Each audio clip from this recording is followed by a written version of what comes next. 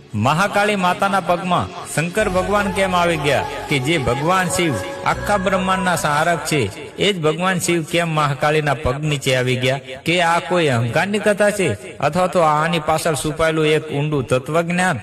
આજે આપણે જાણીશું મહાકાળી માનો મહાદેવજીની આ અદ્ભુત રહસ્યમય કથા અહીંયા શરૂ થાય છે કે એ સમયની વાત છે. પૌરાણિક કાળમાં શુભ નિશુંભ નામના બે મહાબલી દાનવો દેવતાઓને પરાજિત કરીને સ્વર્ગ પર રાજ કરવા લાગ્યા હતા. દેવતાઓ હારી ગયા હતા. પછી બધા દેવતાઓ માતા પાર્વતી પાસે જાય છે, માતા પાર્વતીની આરાધના કરે છે. ત્યારે માતા પાર્વતી ક્રોધમાં આવી જાય છે. આંખોમાં અગ્નિ, ગળામાં મુંડમાળા અને હાથમાં વિનાશ, અને ઉત્પન્ન થઈ ભયાનક શક્તિ મહાકાળીમાનું રુદ્ર સ્વરૂપ. પછી મહાકાળીમાં નીકળી જાય છે યુદ્ધ કરવા. યુદ્ધ કરે છે ને શુભ નિશુભ સહિત અનગણિત દાનવોનો સંહાર કરે છે.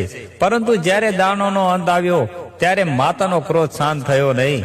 માતાજીનો તાંડવ ચાલુ રહ્યો. પૃથ્વી કાંપવા લાગી, જળની ધારા ફેલાવા લાગી, આકાશ ડરવા લાગ્યું.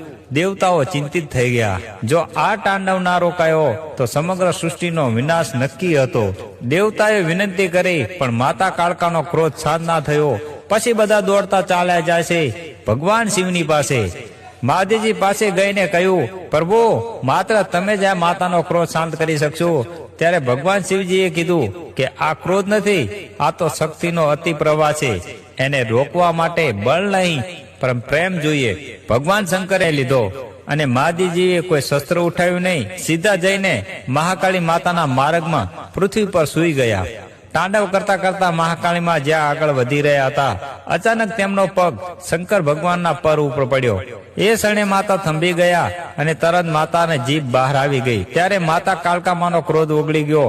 આંખોમાં લાજ અને પ્રેમ આવી ગયો. ત્યારે માતા બોલ્યા નહીં પણ એ ભાવ કહેતો હતો કે હે પ્રાણનાથ, આ મેં શું કરી દીધું? શિવ માતાના પગ નીચે નથી પણ માતા શિવની સ્થિર છે.